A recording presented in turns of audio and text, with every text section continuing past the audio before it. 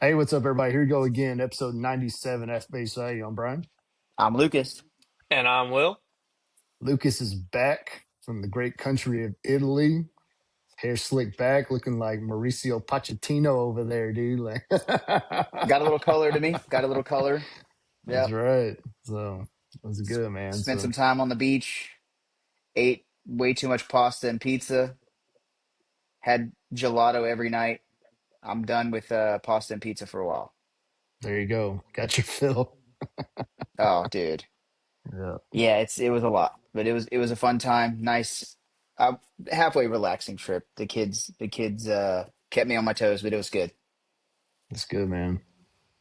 Well, while you were gone, some stuff happened, and then a lot has been going on this past weekend and Yeah. past week in general. So we're going to get into as much of that as we can today.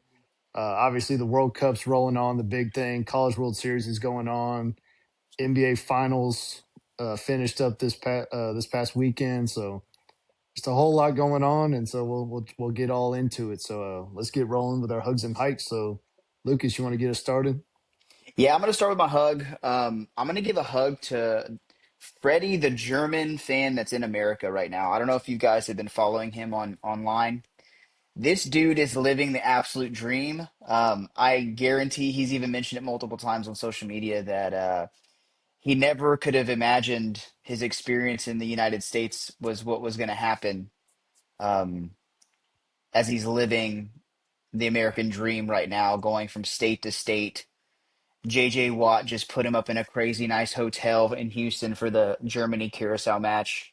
He they road trip to Auburn. They went to Auburn to watch a friendly match. Drove through New Orleans, did the whole New Orleans scene, toured the Saints facility, went to LSU, toured their facility, went to Tiger Stadium. It's been a freaking awesome ride, and it all started. It's great. It's just great in general, seeing all the Europeans' minds being blown about like Waffle House and Walmart and Bucky's. Um, but and the huge breakfasts. I saw some guy. He had pancakes with M&Ms in it with like whipped cream on the top. He's like, only in the United States would you ever have this for breakfast. Like nowhere else in the world.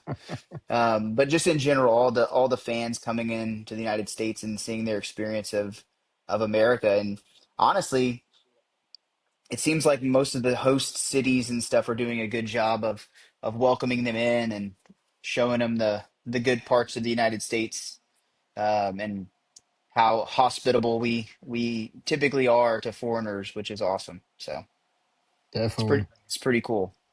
Yeah, it's been fun to watch the videos. I know, like Texas specifically, the people have been coming in and they're like, the first thing I want to try is Whataburger and Yeah. Texas barbecue. And Yep. so then they're tasting that and they're just like, oh, it's even better than I ever imagined. Like, Yeah, it's so cool, dude. It's so cool. And it's also a pretty cool like not a wake up call, but like I don't know, like people here, like you don't realize what you got it where you live until other people come and experience it. And yeah, we're pretty blessed to live in this country for sure. oh, yeah, absolutely. What about you, Will? Yeah, we'll obviously do a little bit of a deeper dive into the finals. I know Lucas is so excited about that here in a second, Oh yeah. I'm gonna give a hug to Jalen Brunson, and not for anything at all that he did in the finals, because when he did it, people were like, "Is will it ever be worth it?" But if y'all remember, he did not sign for the max a few years ago. Let me take that back. He signed a 4-year extension. He could have waited a year and signed a 5-year extension. Jalen Brunson left $113 million on the table. In a world that we live in now, where it's all about the money, not much about the team, it was a pretty unprecedented move. A lot of people question his motivation. It's now ended in a finals. It's ended in a finals MVP, and he's immediately skyrocketed up to, I mean, someone probably put him one, but top four Nick of all time in the city of New York. He'll be a legend forever. And I mean, I'm sure in his mind and everybody else's mind, it's made it all worth it. But um, a hug to him for being able to do that. And they gave them the ability to sign Carl Anthony Towns. It gave them the ability to trade and sign Mikal Bridges, and pretty much gave them the chance to build this team to win the finals. Um, and for a guy that a lot of people question when the Knicks signed him from the Mavs, hey, is he tall enough? Does he have the ability to be a franchise player? Can the Knicks build around a guy like this? Will he be able to handle the bright lights of New York City?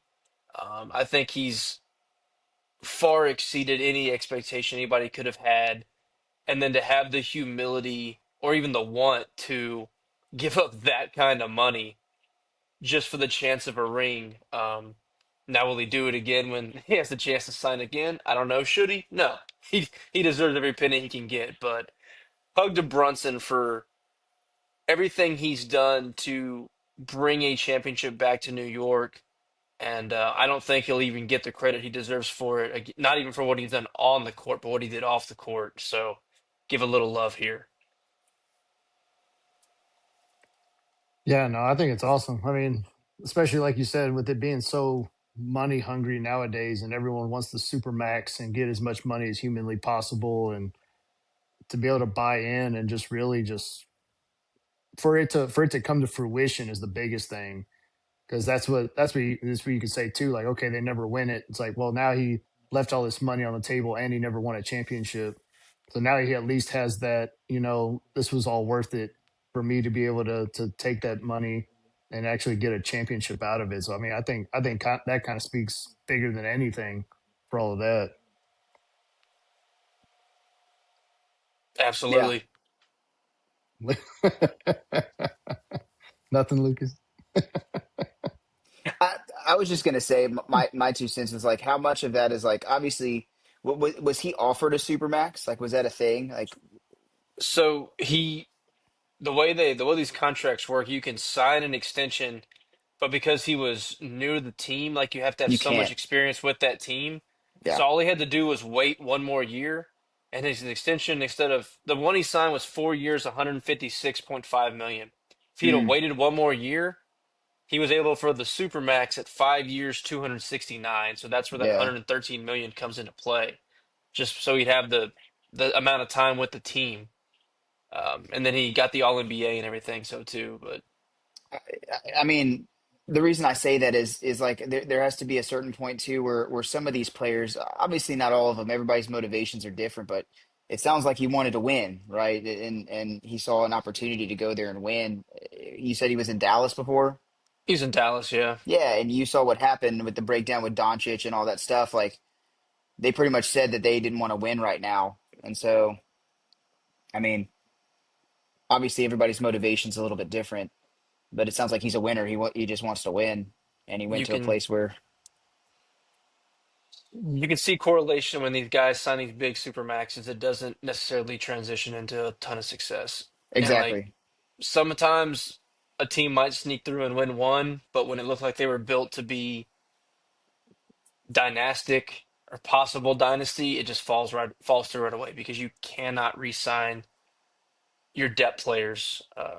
Yeah. But again, we'll break down the finals a little more later. But hug Jalen Brunson. For sure. What you got, Brian?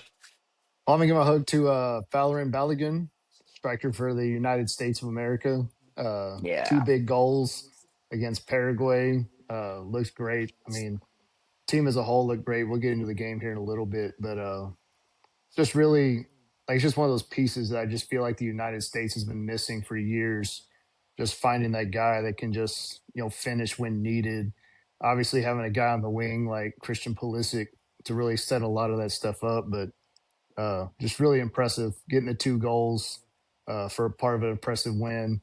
Um, Also, a bonus hug to Mauricio Pochettino for not only just like what he's done for the national team, but also just for his look. So I remember when he first came to the United States, dude had a comb over and was in like a full suit.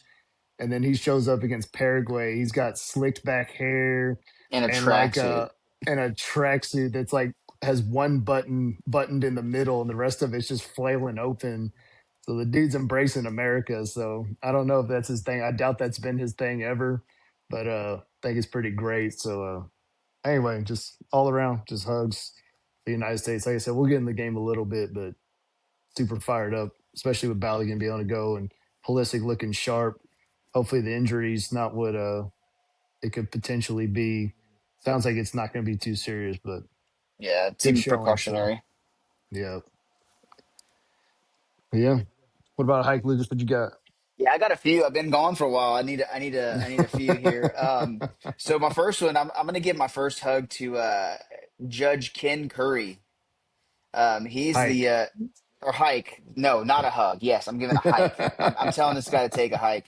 He's the guy who filed the injunction, the temporary injunction for Sorsby to become eligible to play after sports betting, which is honestly like every single person in the law world said that this is there's no way that this is going to go through. Like there's no possibility. And this guy decides, you know what?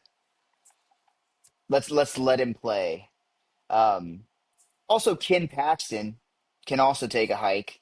This guy is telling the Big 12 that they are going to sue if you don't play them in sports, all this stuff for a kid that's sports betting, all while he is blocking the entire state of Texas from being able to sports bet.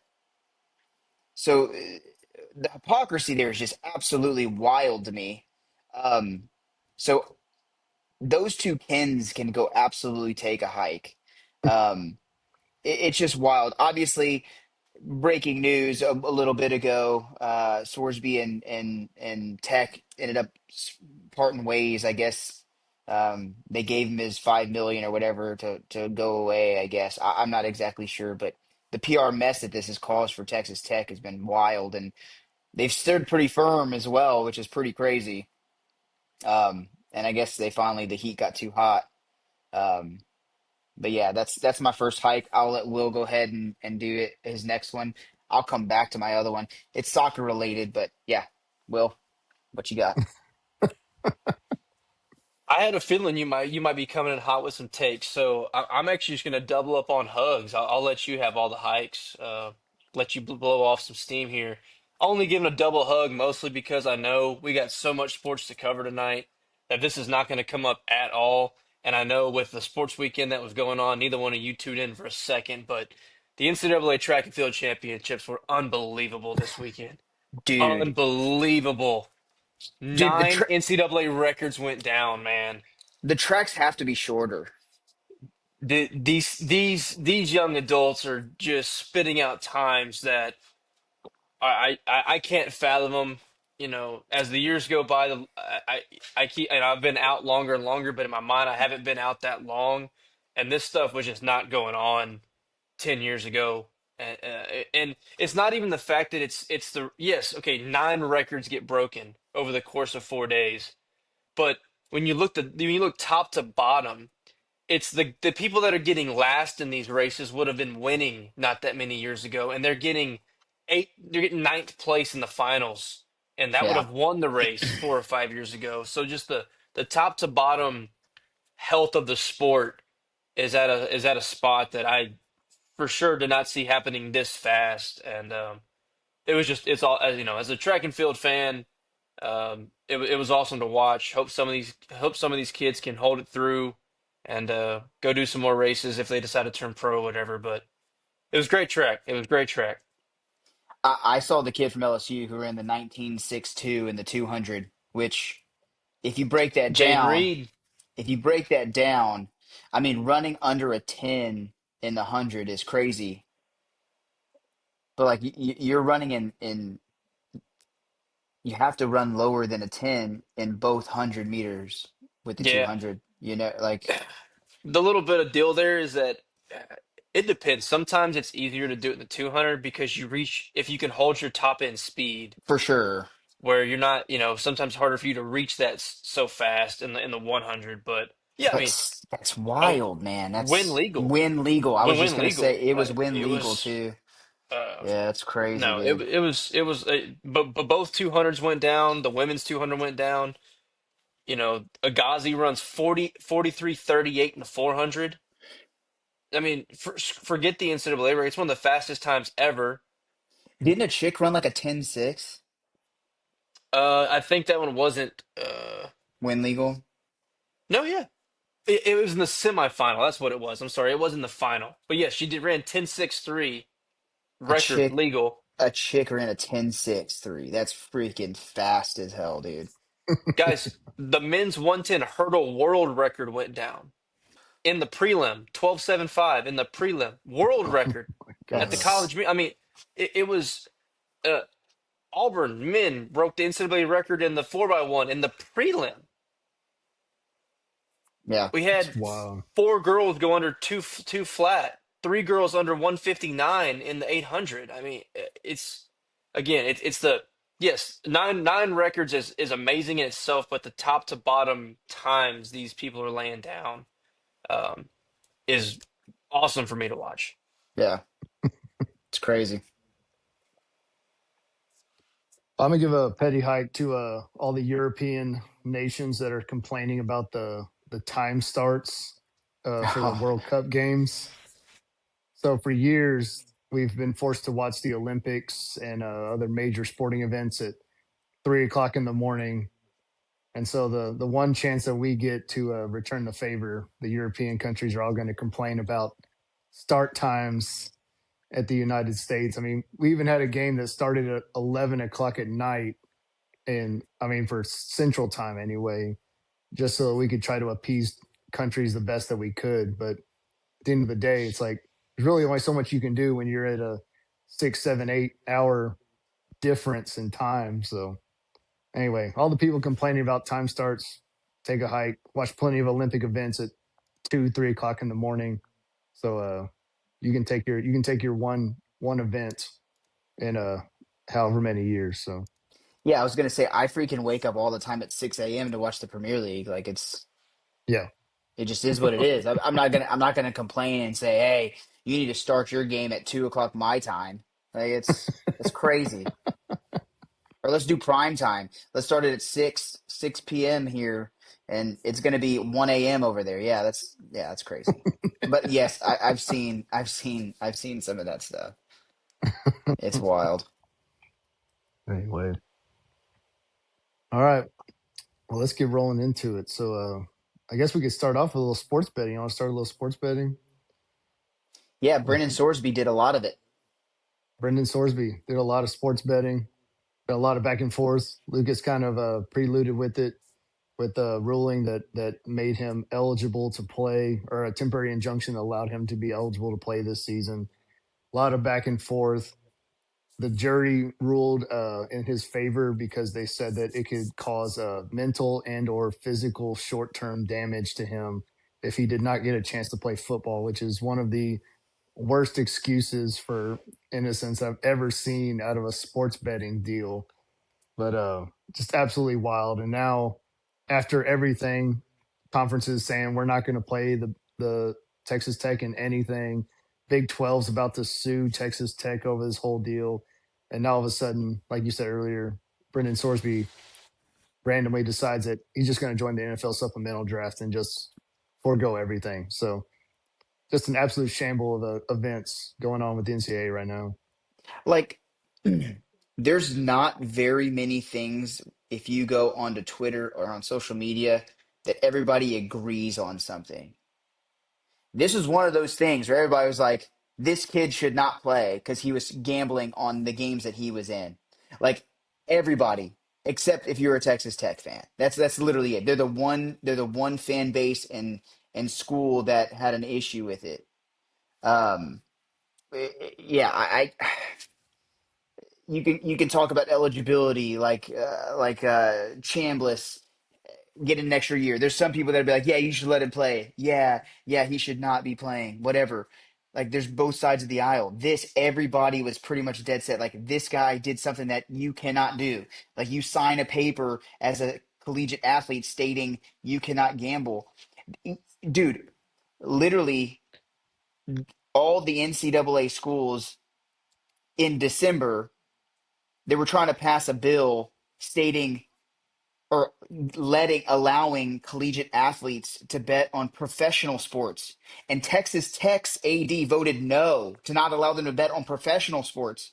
But then he's going to stand on his high ground and say, you know what? It's okay because Brendan Sorsby did it. It's just hypocrisy, dude. It's absolutely crazy. So the same people that are fighting for this kid to let him play who is gambling said that their athletes can't bet on professional sports, not even collegiate sports. Like it just make sense, man. It's just wild. You can't, and like the biggest thing with it is if this would have got through, we talk about college football being the Wild West already. Screw any rules if this would have got through. I mean, Yes. what incentive do you have to follow any rule where you can just have somebody go pay off a judge in your county and they'll grant them an injunction and you can just break any rule you want? I mean, there would be no incentive for any athlete to abide by any rule at that point. Or why would you not bet on the game and make a ton of money? Like if they're not going to Yeah. enforce it. Like this is setting a precedent saying, "Hey, you know what? He got away with it. Well, why can't I?" Well, the part getting lost in this, guys, if he was betting in Indiana, he wasn't even 21. Like this is a legal issue outside. Take NCAA eligibility, everything. This is a straight up legal issue.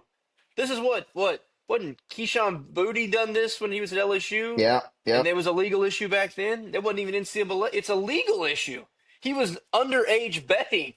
Like Yeah. that supersedes the rest of all this crap that in the scheme of things doesn't matter. And that part isn't even being talked about. Yeah. And yeah. I, I also think the whole like they played it very well. Like as soon as they knew it was going to get leaked, they put him in the rehab facility. But like if you're just a regular sports better, like how many bets did he place? Like not 9,000. yeah, 9,000. Okay.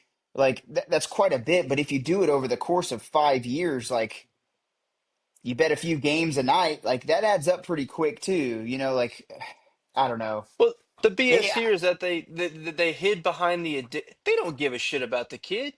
No. Like they hid behind this whole addiction thing to save face. It had nothing to do with actually trying to help him out if he had a problem. They wanted their That's quarterback to be able to back play play. because it gives Tech the best chance to win. And it did. Don't get me wrong, it definitely did.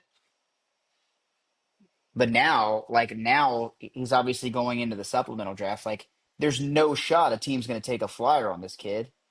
I disagree No. Really, wholeheartedly. really. Wholeheartedly. That's why I posed the question. Not only do I think he'll be the first player drafted since 2019, how high of a round pick does a team give? He's getting drafted. Absolutely. I think But so. Maybe I think he's absolutely getting drafted.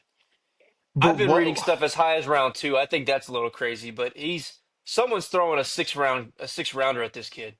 So walk me through it a little bit. How does it work So if you draft somebody in the supplemental draft, you forego a draft pick from that round in the next next year? conventional draft. Yeah. So I mean, you can't to me you can't sit here and tell me someone like the Cardinals. Yeah, they just drafted Carson Beck. Even the Steelers, yeah, they just drafted Drew Aller. Now I'm not saying they'll get the pick, but you're gonna tell me they don't have a sixth or a seventh round pick that they'll be like, eh, do we really need that one next year's draft? But is it like an auction kind of thing? Be like, I'll give up my fourth round pick, and then someone comes in, well, I'll give up my third. Like how does that So work? so what they do is they have a lottery system. So say like the Oakland oh, the Las Vegas Raiders just had the first pick and the Seahawks had the 32nd pick. So to fill draft order, the Raiders get 32 ping pong balls and the Seahawks get one ping pong ball and then vice versa up and down the pecking order here to determine draft order. And then I don't know how many picks you get if you can only throw a pick if you have it in the next draft. I don't know how all that part works, but what I do know is it's essentially just a straight one-time bid. Each team submits to the league office what round bid they want to give. Mm, No other team knows unless there's some insider information. yeah. NFL doesn't say, "Hey, somebody's bidding a fourth. You want to bid a third?" It's a one-time deal. So since 2019, if someone's gone to the supplemental draft, every team has not submitted a bid for a player. I think the last one was actually 2023 that someone was granted, but no team drafted him. But it'll be a one-time thing. Every team submits what round they want to do. If no other team, say someone submits a second round, if no other team submits second round, they get him. Yeah. If two teams submit second rounders, whoever had the highest of the two will get him. That's Mm. how it's going to work. And I I don't see a world he doesn't get drafted. Anything because of his issues and because of the quarterback heavy draft next year, it'll probably happen. But I think anything above a fourth round pick here is probably a little crazy.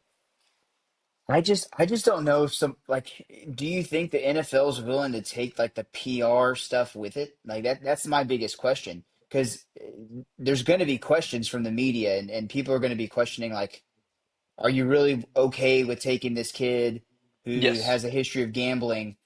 I, I mean, absolutely. that this is the one thing other than like domestic violence that like people get blackballed from the league from this, like from sports in general. Like look at what happened with, obviously you have your classic Pete Rose, whatever, but like this is something that like they take very seriously, like integrity of the game. I, Uh, the difference I think here, Lucas, is that because it wouldn't have happened with their team, and then everybody will be able to fall in love with the story. Oh, he deserves a second chance because of the optimism. If the fan base can actually believe he can help their team, they'll brush all that other shit underneath the carpet and forget it. If in 3 years he's the starting quarterback of a team, this will never have happened. They will yeah, not care. And if it doesn't work out, oh, he was a gambling addict anyway, and we can just move right past it. Like yeah, seriously, that's how NFL fandom works. But yes, if it would have happened while he's on a team in the NFL, I think it's a much different story. But people will be able to rally behind the, like I said, the second chance thing, and hey, he's a young kid that made mistakes. Let's give him a shot. And then again, if he's a starting quarterback in 2 or 3 years, he'll be the favorite guy on the team. So. yeah. It'll Be be interested to interesting. see. Yeah. I 'Cause mean, so I I know you don't, but Brian, do you think he gets drafted? I think there's a pretty good chance. I mean, I know it's a different kind of deal, but I mean, you've seen in the past where troubled players have gotten drafted anyway. Like Terrell Pryor, whenever he got drafted, I never even heard of the supplemental draft before until Terrell Pryor got put into it.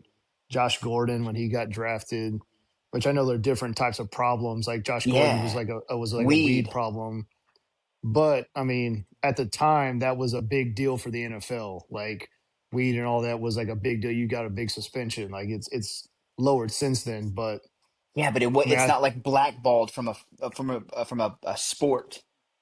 yeah, I agree, But but but look at Josh Gordon, man. He gets there. They know he has the problem. He has the great season. He's everybody's favorite wide receiver. And lo and behold, he still had the problem. And he got second chance, third chance, fourth chance, fifth chance. So my point with that is he's going to get a chance. Now, if he screws up again and does it again, that's on him. I can't answer for that, but he'll get the chance. They'll definitely get the chance. yeah, because the selling point of the NFL team will be, he did it when he was in college. He's gone to rehab. He's fixed himself. He's better now. He won't do it here. And then if he does it, it's like, well, everyone kind of knew he'd do it anyway, so now we can just write him off. Yeah. Correct. And you're going to tell me an NFL team won't take a for sure sixth, seventh round flyer on that? And that's what I was Yeah. gonna say. Like even like up to a fifth round pick. I mean, like you're not losing a lot if it doesn't play out. Essentially, it's a high reward, low risk type of deal. Yeah. And But and and the biggest thing is this is going to happen within the next couple of weeks. So he'll be at training camp. So now you get him a whole year underneath an NFL system or to back up somebody and learn where yes, you could have seen what else he could have done for one more year of college, but we all know the college and programs is different. He gets a full year now in the NFL of seeing the game and learning the speed and everything, which I think might entice some teams even more. Yeah, not having to rush into everything. Correct. Yeah. And for a Yeah, because guy who could have been QB2 in this draft, probably argument between him and Ty Simpson, QB2, QB3. Next year, he probably would have been a little bit lower just because of the talent we think is going to be coming out. But Yeah. I mean, he probably would have still had no less than a second round grade unless this season at Tech would have just completely unraveled. So, yeah. I like the interesting thing too, where Texas Tech said they're not going to try to get his NIL money back. So anticipate a booster check showing up at halftime of a game to just the donors come through with a $5 million check. Oil money's a crazy thing, boys. Yep, Only in Texas. you can just write that one off. I Oh mean, man, yeah, I was gonna say how much do you think he's gonna put how after that 5 million he's gonna put on freaking red. Like, God, I'm I'm off the sports bets, but no one said anything about casinos. that's yeah, right. Yeah. dang. Well, sticking with college, College World Series is going on. Been some pretty good games so far. I would say probably the biggest surprise is Oklahoma Oh, coming hands through down, and right? winning their first two games, beating Georgia today 4-3. Two big wins there. Troy gets a big win against Ole Miss in the College World Series. Uh, North Carolina's looks solid. I think they'll be tough to beat. So I mean, yeah, a lot of good games going on. Texas smoked Alabama today in an elimination game, 14-2. So yeah, some interesting matchups going down. And so I mean, I don't really know like kind of who the team's standing out. I mean, I guess if I had to pick a team right now, maybe North Carolina being the most consistent, but still a lot of baseball left to be played. I mean, bar none, Georgia has the best offense in all of college baseball. Like Yeah, it's not even a question. I think they just ran up against an ace today in Oklahoma. Um, but now that we're in the later rounds of the College World Series, you're not throwing your ace every day anymore, and so that offense plays pretty well. And so, if any team in the losers bracket can make a run to get to the final, I think it's Georgia for sure. Georgia. Agreed. 100%. Um, but uh, but no, North Carolina. I mean, that's who I want to win the College World Series. I don't want any SEC teams winning. That'd be Now that that'd be ideal. But they're uh, sitting in the best spot to at least make the best of three for sure. absolutely, Yeah, I mean, if I'm Oklahoma, even though I just beat Georgia, I'm not sitting here looking at Georgia or Texas and going, man, I can't wait for that matchup. for sure, absolutely. Because on the other side of the coin, it's now who it's West Virginia and Troy. So if I'm North yeah, Carolina, I did just beat West Virginia, and I'm not trying to poo-poo Troy right now, but I'm not saying they're just going to spark fear in North Carolina. no, because who got eliminated on that side of the bracket? Ole Ole Miss Ole Miss. and Miss. Didn't Troy play today? Matchup. Troy beat Ole no, Miss Troy yesterday. beat Ole Miss, and then Okay, West Virginia lost to North Carolina, so that's got it, the matchup there. got Yeah, it. it's West Virginia and Troy, and then Georgia and Texas are the Tomorrow. two elimination games. Yeah, We'll see. I mean, if I'm North Carolina, you're sitting pretty over there. Best spot to be in, and like, I mean, this is the one thing about the World Series, right? This sucks to lose for Georgia because now you have to play back-to-back days, Yep. where And West Virginia and Troy both have a day off. and OU's front end starters are really good, but once you get to their bullpen, I mean, um, LSU played them really well this year. That's the only time I saw them play, and um, I think LSU won game one and then lost the next two, but they put up like double digit runs in both games and just gave up more. And so George can absolutely do that to OU. I mean, Texas can too. Um, and OU's offense isn't near what the other two teams are. Like they won't be able to. Them putting up 4 runs against Georgia is like that's how their offense usually is. They Yeah. don't really put up a ton of runs against good pitching. So I don't know. They're in the What's driver's going seat, on at obviously. What's going on at Rocco's? Y'all been keeping up with Rocco's? I saw Pat McAfee got into it with Yeah. the GM a little bit, Yeah. and from all accounts on social media, he's a douchebag even to other people too, which is pretty crazy. The whole Yeah. checkbook thing, he like he called him a boomer, like yeah, just Do you see they switched to the pre-boxed Jello shots? did they really? Yeah. Mm, Everything's a pre-boxed Jello shot now. A lot of people weren't happy. I don't know, just I mean, obviously some of the heavy hitters aren't there this year, but the numbers seem down outside of West Virginia. Like West Virginia's put up 23,000, nobody else broke 10. yeah, Oh, I mean, if Dang. Ole Miss would have made a run, there would have been a chance there, but being they went down 0-2 because they were at 8,000, but they got eliminated, so they're kind of down. But Brian, your Longhorns need to step up, man. What kind of rookie ass numbers are these? Yeah. These They're are not on even LSU putting th- up 40,000 or whatever it was last year. Like, I think it was they're six. It was like 60,000, dude. they're not even at 3,000.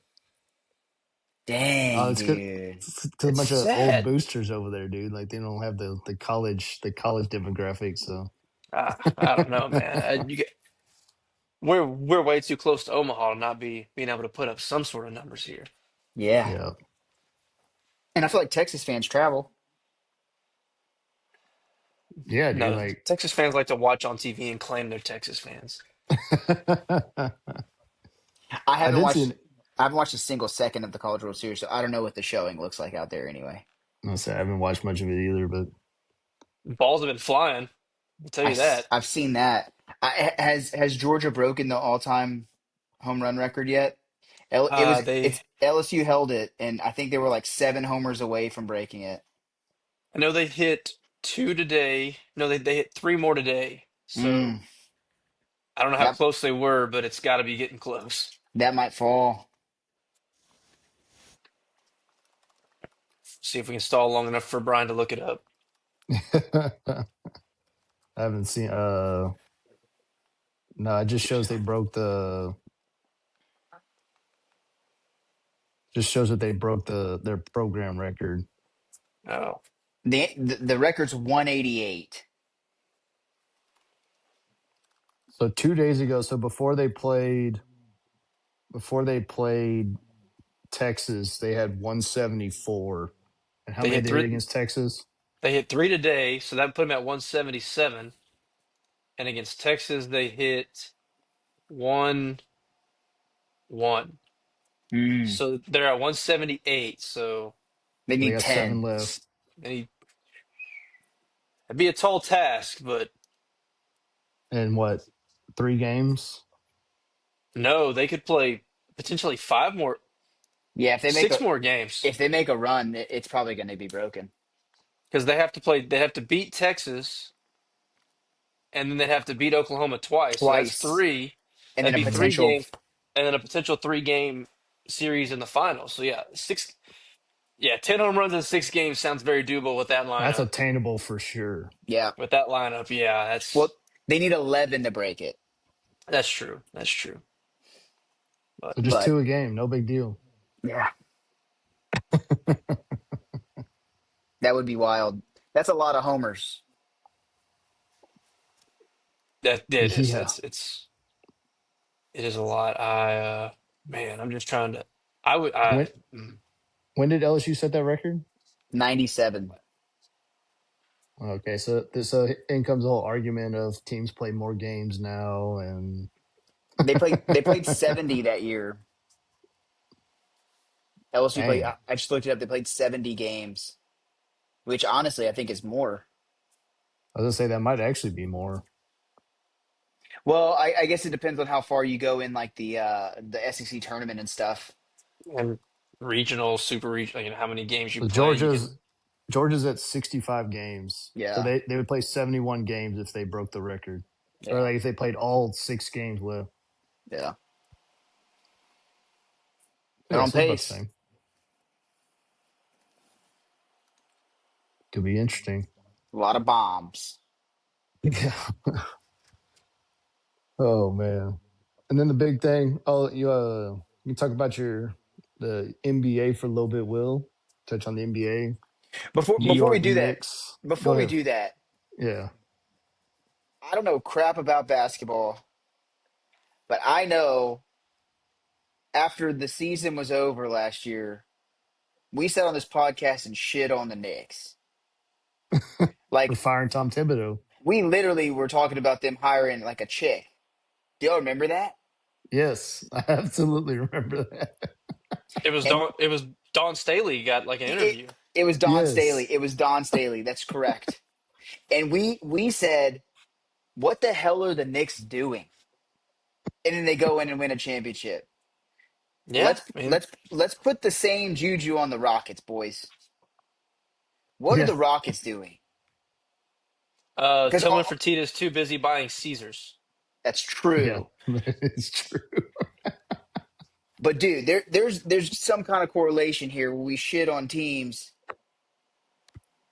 and they You win, reverse the dude. That's jinx. crazy, dude. Like The that di- the they went difference from is, zero to like well, I mean, the Knicks remember in the Eastern Conference Finals last I year. guess that's true. I guess that's true. But then they And don't fired the forget, coach. Lucas, you weren't here, but we've already crowned the Cleveland Cavaliers will be in the finals next year. That's true. That's right. So, So but so they'll get the worst record in the NBA next year. yeah, I mean, Yeah, I mean, this is the eighth straight year we've had a new champion, Yeah, it's crazy. and that is I don't wild. know. I mean, I don't know how much we want to deep dive into that, but But that would have happened either way with either winner, correct? correct, yeah, would Yeah. have Yeah. been the eighth straight year with the new champion. Yeah, I'm surprised a little bit because of course I thought the Celtics were going to run away with the East. The Knicks have been good; they've been hot. Yeah, am I going to sit here and tell you I thought Mike Brown was going to come in and handle this team the way he did? No. What he did do though was keep the team healthy and keep their minutes down, where Tibbs is notorious for grinding minutes out of guys all season long, and it does seem that his teams in the playoffs kind of run out of steam. Mike Brown didn't do that. They had a deep ass rotation. They had a team that, while they didn't have finals experience, has NBA experience, and they played the most team basketball. You know, yes, Jalen Brunson is the closer, so in the at the end of games they would look to him, but it didn't always have to be him. You know, Ananobi, massive game 4, hits the tip in, just like out of the clouds. Seemed like the Spurs were going to end up squeaking that out, not blow a 29-point lead. Comes diving in from behind the 3-point line, gets a tip in. Like different games. Like the first 2 games, Karl Anthony Towns was the MVP of the finals. The way he was guarding Wemby, he had some good offensive numbers. You know, Brunson was shooting under 40% from the field. But then he comes out like he's Michael Jordan in game 5, scores 45, scores 15 straight points, 29 in the second half. Um, Again, he's going to be a Knicks legend, but it they were such a complete team. They go 18-3 in the playoffs. 16-3. I'm sorry, not 18. 16-3 in the playoffs. This finals, it's unfortunate because we were, I think, on the precipice, and even for a 5-game series, it was an amazing finals. I think if this goes 7, you're talking about instant classic. And it pisses me off because the Spurs robbed us of it.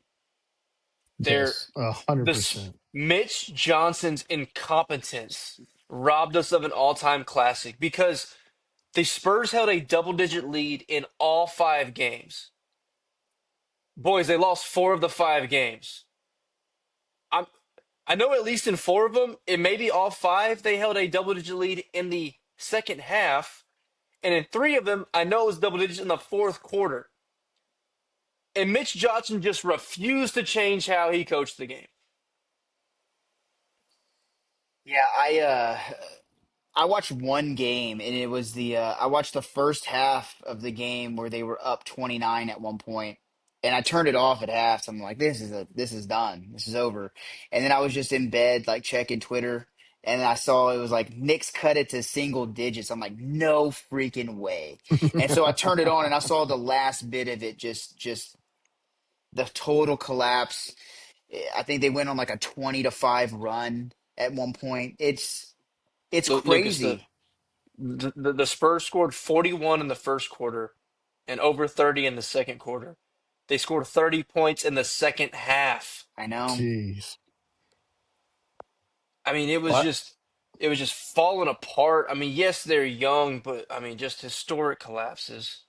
Yeah, Sorry, that's a Brian, I cut you off, Well, but I was gonna say I sent this post on X in our early group chat. So in the 4 games they lost, they had a 91% chance, 91.6% chance of winning game one, up 13 midway through the third, 73% chance of winning game two, up two with 1 minute left in the fourth, 99.6 chance of winning game four, up 20 with 9.5 minutes left in the fourth, and 95.4% chance of winning game five, up 10 points with 8 minutes left in the fourth.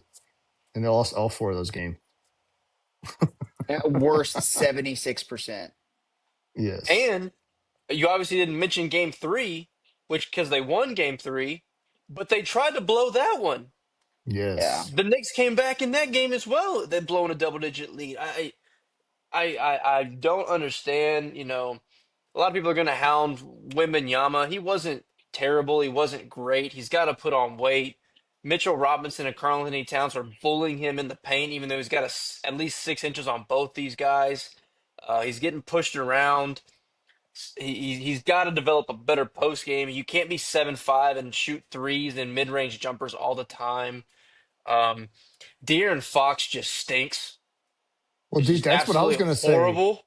You're Yeah. up 2 points or 1 point with 10 seconds left, and you throw up this like prayer layup when you could just dribble it out and get fouled to shoot free throws. Just He absolutely insane. on a team that's so young, he was supposed to be the veteran presence. And as a point guard, that should mean, hey, guys, let's calm down, you know. All right. Especially in games four and five when you've already blown leads in three straight games. You've got to be the guy that rallies the troops together and goes, hey, the last few games we've faltered in these moments. It's time to step up. Bring the ball out in situations. Get your set plays going. And he did the exact opposite. And his game four blunders were so bad, it was like, okay, in game five, he can't be worse. He shot 3 from 15.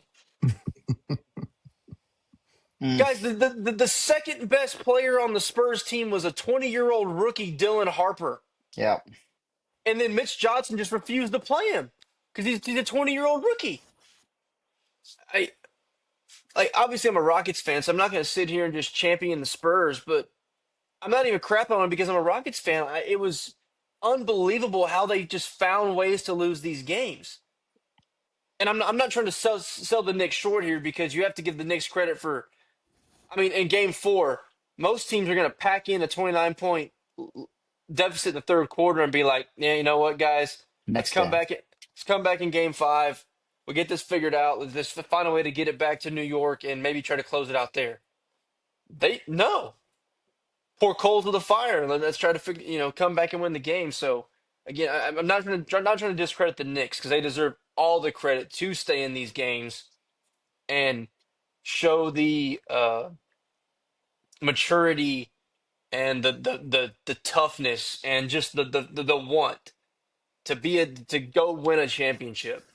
But it was crazy to me to watch the Spurs fall apart. Again, I know it's a new regime, I know it's a new coach, but my entire sports fandom was you will never out discipline the San Antonio Spurs.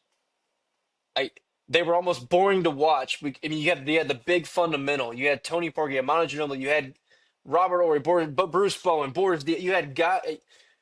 You might beat the Spurs, but by God, you're not gonna be more disciplined than the San Antonio Spurs. So for them to be the complete antithesis of that was interesting to watch. Now the question though is like everybody's mentioning like this is the whole sentiment with the Spurs. They're young, they'll be back. But you got to go through OKC again. Like that's the problem here. Like sure you hope that this young core can get you back to the finals, but that's not a guarantee.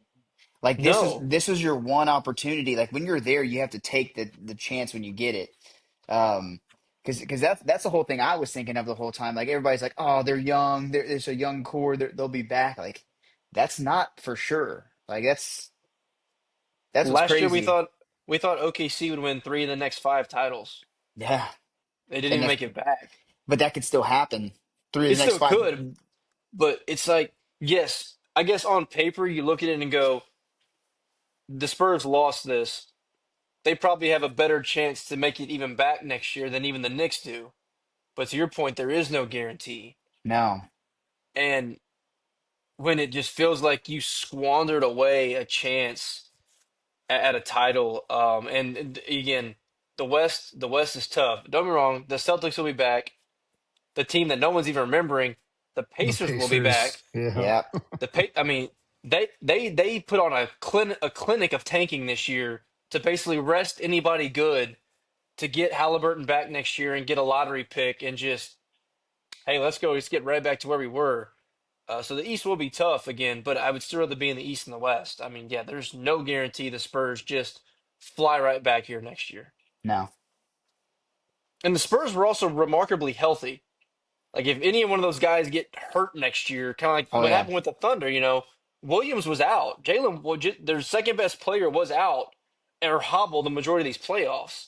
So yeah, Spurs had remarkable health at all their core positions. That doesn't happen every year. Mm-mm. But But yeah, yeah, I don't know. But again, I spent a lot of time on the Spurs. The Knicks win their first title in 53 years. I know we did crap on the Spurs, Lucas. You're 100% right, but I did also make this comment last year. It does feel like basketball's funner when the Knicks are good. I don't know why. I'm normally not a big market team fan, but something about the Knicks. I love their colors. I love the logo. It is fun. Um, I don't hate that the Knicks won the finals. I predicted them to win in 7. I kind of shortchanged them there, but it does. It's weird for me to say that, but I'm not mad that the Knicks won the finals. Are their fans equal to Philly yes, fans? No, yes, no. dude. Did I you Dude, see know, what they did in New York City? I know, I know, I was just gonna say, but they're not the pure assholes I think that Philly is. Dude, they threw an egg at Wembanyama walking into the hotel. Like, hey, I've seen some videos too I on the streets, brother. maybe the difference is for me, it's because they won. I feel like Philly's like that if they're 2-14. Fair. that is true. They're like there's no end to it. I will say, flying back from Milan, we had layovers in JFK, and you could like feel a little bit of the buzz around like the airport with all the Knicks gear and stuff. Like people were hyped about it. Like you could tell, like the people in the airport, like the workers and some of the people traveling, obviously out of New York. You could tell like they were hyped, and like all the bars whenever you walked around had like Knicks highlights going on the TVs, and like it's definitely a thing there for sure. Like they were pretty excited about it for sure. But the fans though on the streets, man, some of the videos that I saw, I'm like, God, dude, just. But I mean, I guess you have bad apples everywhere. There's just Well, more apples in my a fa- densely populated area. yes, my favorite tweet was it said, "The New York Knicks fans turned New York City into Gotham in a Yeah, matter of hours." yeah, Oh man, I don't know. I saw this too. I think it was Bleacher Report that posted it, but they were like trying to put out like a montage of how exciting it is and like how much the Knicks fans care, and it was just them stomping in windshields and lighting shit on fire. that's right, dude. But like mixed in with like actual good emotional scenes. It's like, wait, you're trying to portray a positive message here. Maybe you could have left out a couple of those videos. Yeah, It was crazy, but yeah, don't do any of that crap. But Good for New York. Uh, but that's the take on basketball. I'll see the table because I know you guys want to talk some World Cup. I I know mean, Lucas has been tuned into every single game, but yeah, I mean, dude, like, I've watched some or yeah, all of every game so far. Also, before we get into the World Cup, let's congratulate the Arsenal on winning the Premier League. I haven't been on since they've won the Premier League, um, that's and true. and then they lost in the Champions League final on penalties, which sucks. Um, but the World Cup's here. The U.S. looks great. A lot of the big names have not looked great, bar Germany. Although tomorrow France plays, Argentina plays. England hasn't played yet, so some of the big boys still haven't played yet. But some of these results, man, you can see some of these small countries just putting it all out on the line. Again, that's what it's all about. Like I've been placing a bet on every single game, and I've won a few, but a lot of them, like the lines, the Spain line today, I think was like at 2.5. Like they were 2.5 goal favorites, and they drew to Cape Verde. Like that's like I think the odds for a draw in that game were like plus 5,000. Yeah, And so just wow. back to the sports betting beat, like this may be a Big Ten under beat and just throw money on the draw every time. Because today, all four games ended in a draw. All four. Yeah. And they And were four great games too. they were four great games, but there were also games where like, I mean, They shouldn't have went to draws.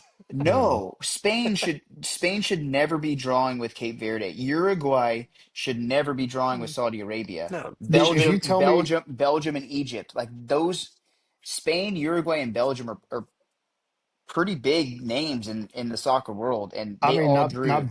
big names, but Iran and New Zealand. I mean, New Zealand, who's never won a World Cup game, drawing 2-2. Like Yeah, that's a big one too. I mean, it just is all four Iran. games. Yeah, it is Iran. But Yeah, yeah, like you said, still, and so. Um, But then on the other side of the line, you have Germany just absolutely steamrolling Curacao, um, and then Sweden over Tunisia. Sweden, Yeah, Tunisia. But then you have Japan, who plays literally like you talked about Mr. Fundamental. Like that's what Japan is like, and they're like that in every sport. They're just very fundamental of what they do. yes. They're yeah. It's and so they drew with the Netherlands, which crazy result there too. Well, and Yeah. that's what was crazy too, because they talked about the orange bus, like, and they did a whole segment With on. Did y'all Jameis. see the? Yes, with Jameis. But did y'all see the whole orange bus thing? Oh yeah, Like they built a party bus over 20 years ago, and and they they shipped it shipped over. it over here, like however many thousands of miles, and they're doing a 2.5 mile parade to Houston on Saturday for their next game. So like it's gonna be just absolutely bizarre. But yeah, but then for Japan to come in and just kind of deflate them a little bit to and end up drawing, yeah, just a huge game. I mean, Brazil and Morocco. I know Brazil isn't what they've been, but still, like that's a big draw for that one. I mean, Yeah, and Morocco's a very good team too, though. Like they made the semifinal in the last World Cup, um, yeah. and so and they have a lot of their players are playing in huge team. I mean, Hakimi just won the Champions League with PSG 2 years in a row. Like you have some really big names on that Morocco team, but yeah, it's been a lot of fun so far. And you're seeing like casuals get into it a little bit, which is awesome. Like when the U.S. was playing the other night, I was following along on Barstool. Like they had like the live stream that they do, and you could tell they were all getting into it. It was great, dude. And yeah, hopefully this builds up to soccer in this country a little bit more because it is a lot of Oh, fun when you can get behind your team. Like it's Yeah. well, I think based off the first game, you'll have like the casual fans gonna really start tuning in now oh because yeah, we pop off 4-1 against Paraguay. Maybe we have something here this time. Maybe yeah. US can. Maybe we can not just get out of the group and fall in the round of 32. Maybe we can actually make some noise. So And that's what I was listening to. Ian Dark, I don't remember what game he was doing, but that's what he talked about was he was like, you get that first US game out of the way, like your bigger fans are going to watch the first one. Everyone else is kind of like, ah, we'll see. And then you have a performance like that, and it's like, okay, yeah, like now, like this is fun to watch. Like, and so you'll keep getting more and more people. So if they have another good showing against Australia, I mean, Dude, you could it's really see people start like rolling in, start watching games. yeah, oh, absolutely. But I mean, I still think even though Spain drew today, they're still a favorite. Um, they're going to be tough to beat. Um, Same thing with Brazil. Brazil, though, their midfield's so old. Like they were Yeah, getting run through the middle of the park the whole game. They have unbelievable attackers. You saw what Vinny Jr. did. That solo goal, just unbelievable. And defensively, they're very good, but in the middle of the field, they're not the best. Spain, I don't know what happened, dude. They couldn't find the back of the net. They had chances. They had plenty of them.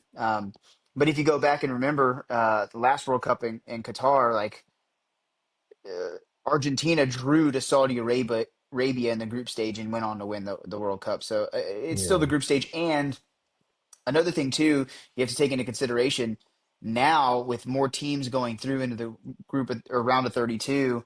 It's not as much of an onus to win every game. Like you can ease your way into some of these matches and still have a chance to get through to the knockout stages. Whereas before, like if you finish third, you're done. Like you're out. Like there's no coming yeah. back. And so yeah, I think it'll be interesting. I did see something that could happen too, which would be absolutely amazing. Is if it lines up perfectly, the U.S. could play England on the 4th of July in the quarterfinal. How awesome, dude! Like the sports gods need to just absolutely make that happen, dude. That That would would be be, wild. yeah, dude. And do y'all know what day the 4th of July is this year? Saturday, So It's a Saturday, Saturday. dude. yes. Like I don't drink that often. I pick my battles. That would be one where I would be slamming back some beers for this country Yes. USA's 250th anniversary against England. against England in the World Cup quarterfinals. Yeah, dude. You want to talk about the movie's already writing itself right now. Yeah, dude. It'd be our next miracle on ice, dude. Like Yeah, That I have not at a time in the year now where there's not much to cheer for. I have just found exactly what I'm cheering for. dude. I That yeah. would need I need be, I need I need that I need that just IV'd into my veins. yeah, yeah, bro. Oh man. Yeah, That would be that would crazy. be so sick. Yeah. We need to But no, make it happen then. but no. Overall, it's been a great tournament so far. Um, Again, And it's just getting started. oh yeah, it's. I mean, not everybody's even played their first matches yet. I think the last group goes on Thursday, and then round two starts. I believe on Friday. Friday, yo. Yeah, Yeah, Thursday. I'm interested to see No, I lied. uh I lied. It's on Wednesday. Wednesday's the last group. Group L is on Wednesday, and then it goes oh yeah, back to because Mexico played Thursday and then the United States play yeah, Friday. Yeah. yeah, I'm interested to see Erling Holland in his first World Cup, how he yeah. plays. Old I mean, Norway. they don't have an awful team either. I mean, they have Odegaard on that team. They have Christian Norgard as well. Like they have some Premier League players on that team, and obviously one of the best strikers in the world in in Holland. So they're playing Iraq. I mean, again, they should win that game, but who knows Should. anymore? Yeah. Just put a flyer on the draw. Exactly. But So I mean, yeah, I guess I was talking about this with my brother-in-law the other day. Like, do you see any group that is like considered like a group of death this year? Like I for mean, me, it like seems like fairly even. Like there's good teams, but it doesn't seem like there's like that one group where it's like, damn, like there's gonna be a really good team that gets left out this year. yeah. I mean, Group F maybe. That's the group with Sweden, Japan, and the Netherlands. Um, True. Like that would be the only one I could think of. I mean, France's group isn't easy either with France, Norway, and Senegal. Yeah. That's not an awful group either, but otherwise, I think it's pretty evenly distributed pretty well. I mean, England has Croatia and Ghana in there, and Panama, which we know how Panama plays after watching them in CONCACAF. Um, so yeah, it'll definitely be interesting. But really, I guess with the more teams that are in the competition now, it's not as condensed to where you have those group of deaths as easily. Right. There's more teams obviously getting like your Cape Verdes and Curaçao's are getting in, and so that takes away a spot from a better team. But True. what's crazy in all this, like obviously I was there for 2.5 weeks. Italy can't even qualify for this, which is So wild. when's the last one they made? Was it 2014? I think so, dude. They missed the last three. Damn. They missed the last three World Cups, and they won the European Championships in the middle of that. And still couldn't find a way in. They literally were the champions of Europe, and yeah, So what's going on? Just a bad draw of players right now, or what? I mean, so they went on.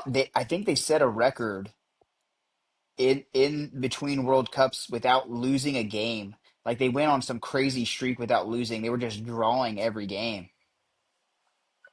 Like literally, like it was wild, and they just have really they have nobody up top. They don't really have a top end like goal scorer right now. And then in their qualifying, like they got destroyed by Norway like 5-0 or 5-1 or something in their Oof. group. And they got into like the playoff and they played Bosnia and they went up 1-0 in like the 20th minute and then some dude had a boneheaded red card in like the 40th minute. And so they had to play the whole second half a man down. And Bosnia scored in like the 88th minute to tie it. And they ended up losing in penalties Oh to not make god. the World Cup. And so like when we were in Italy, like everybody was like, they freaking suck. Like I hate this team. Like everyone needs to get fired. Like get them all out. And so like they were playing friendlies and like literally the youngest or the oldest player on the entire team was like 21. Like the coach just said, screw it. All the older people are gone. Just reset completely. Yeah. Yeah. Dang. Yeah, it's pretty I mean, crazy. that's pretty much what the U.S. did after they didn't qualify in 2018. It was For like, let's just sure. reset. Because it Yeah. was the same thing. I remember all we had to do was Bradley. draw with Trinidad and Tobago and Yep. lost that game. Like Yeah. Like Michael Bradley gone. Like, oh yeah. Landon Donovan, all those Hmm. dudes. Yeah. Just yeah, just total reset. But Yeah.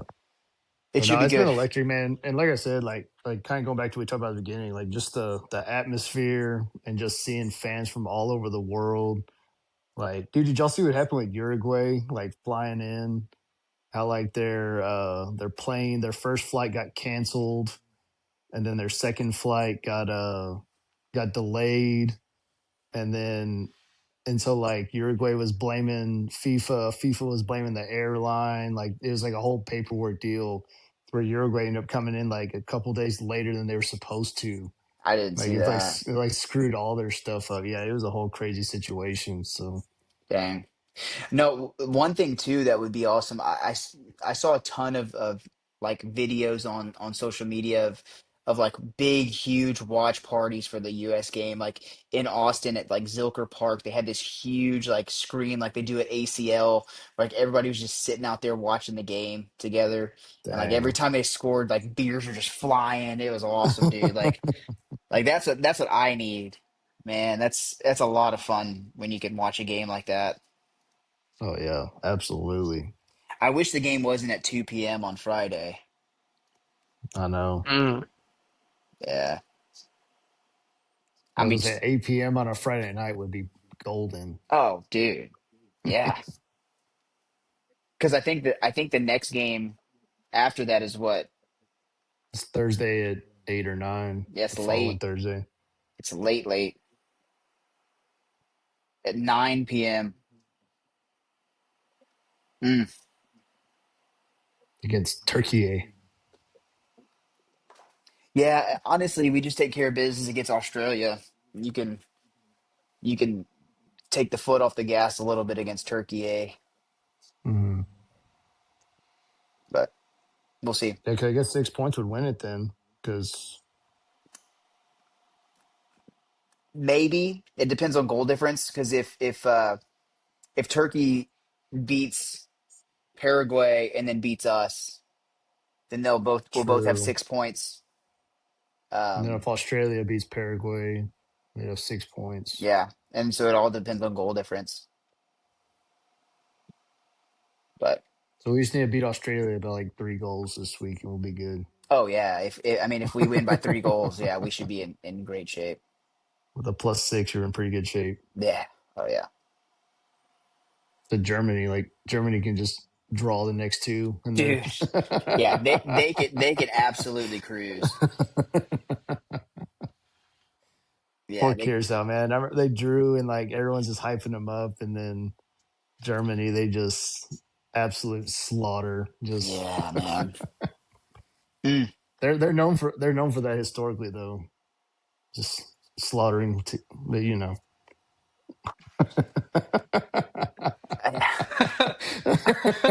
Oh, No, zinger, Brian. wait. Was it Germany? Was it Germany that beat Brazil 7 to 7-1? 1, yeah, in the 2014 World 14. Cup. Yeah, it was Yeah, Brazil 7-1. Same scoreline. Yeah, crazy. wow, man. Yeah. We'll see. Should be a fun group, and then yeah, I mean, I think the tournament's gonna be absolutely electric. I think there's a lot of pretty solid teams this year, so it's gonna be Yeah, fun. I agree.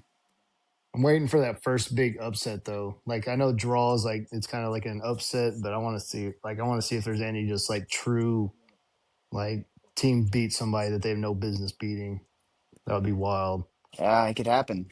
It could happen tomorrow, honestly. Algeria is not a bad team against Argentina, who Argentina's pretty old, man. Like they're not young. Dude, you brought up Bosnia. How about Canada drawing with Bosnia in the opening God. Yeah. Tough scenes, dude. on your home turf and you just flop? I Hey, Brian, honest let's not get ahead of ourselves here. I was just gonna say I was a Well, little I'm just talking about like just the opener. Like, at least in the yeah, opener, you want to open up and look good. That's Like, I know true. other stuff could happen, but yeah. which honestly, I mean, maybe I'm biased, but I didn't think Mexico looked great. Not at all. Not at all. Like, Like I thought they definitely had a chance to draw or even, I mean, once the game was competitive. Like, once South Africa went a man down, I'm like, oh, Mexico's gonna put two or three on them. Didn't. yeah, my Yeah, brother-in-law, he's a Mexico guy, and he said his one hope he's riding on is that Simpsons, one of the Simpsons predictions is that the United States was the host country and Mexico beat Portugal in the World Cup final. So I was like, well, dude, you can write that one off already because Portugal ain't making the final. they have a better chance than Mexico. Yeah, that's true, dude. I Like, mean, Mexico had a better team in 2014 when they lost to the Netherlands than they do absolutely, now. absolutely agreed. Dude, Mexico might lose to South Korea, bro. That would be wild. I hope they do. Yeah, me too. Just a little biased, but whatever. Yeah. Will, you're in Houston Stadium? Yeah, Yeah. yeah. Just hanging out, waiting for the next game. In the press box? Yeah, That's a connections get you crazy stuff, boys. JJ yeah, we Watt know hooked it that. up. But no, Oh man, that's all I got. that's all I got. You got anything, Will? I'm good. All right. We didn't get Appreciate everybody Will's watching. we didn't get Will's take on the Oh, World Cup. USA, USA, USA. That's right. Hell It's all yeah. I can, man.